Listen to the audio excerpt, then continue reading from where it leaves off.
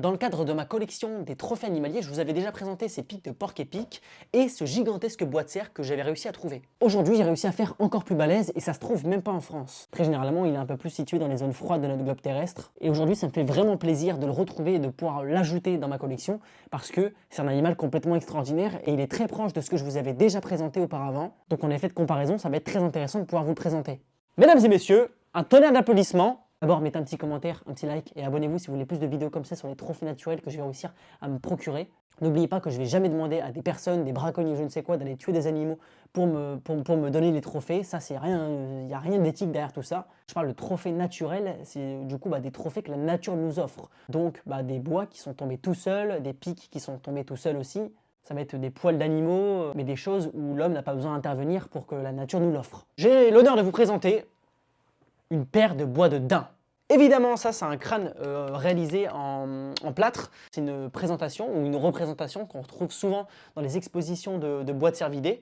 Et là, pour le coup, c'est un jeune daim. C'est un jeune daim d'âgé de 2 ou 3 ans. Vraiment magnifique, qu'on peut reconnaître à ses bouts assez arrondis et palmés. Mais par rapport, si vous voulez, là, on va comparer un peu par rapport au bois de cerf. Là, on est vraiment sur du gros bousin, voyez-vous. Et là, du coup, on a le bois de daim gauche qui, pour le coup, à effet de comparaison, est vraiment stupide. Mais à échelle de comparaison, chez les bois de cerf, on ne retrouve pas du tout ce côté un peu palmé et un peu arrondi sur les bords. Et cette espèce de forme biscornue, on voit même là, pour le coup, les corps qui repartent un peu vers l'extérieur.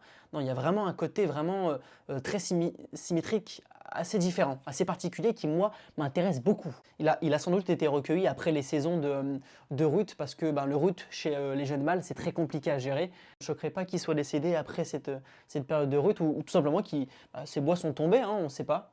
Ce qui est vraiment impressionnant, moi, à chaque fois chez les bois comme ça, c'est que je me dis que il y a potentiellement des dizaines et des dizaines d'années, il y a quelqu'un qui l'a trouvé comme ça au beau milieu de la nature, nulle part. Et peut-être que ce daim est toujours en vie. Ça, c'est exceptionnel. N'hésitez pas à vous abonner et surtout me dire en commentaire quel trophée naturel, sur quel animalier on pourrait essayer de se procurer.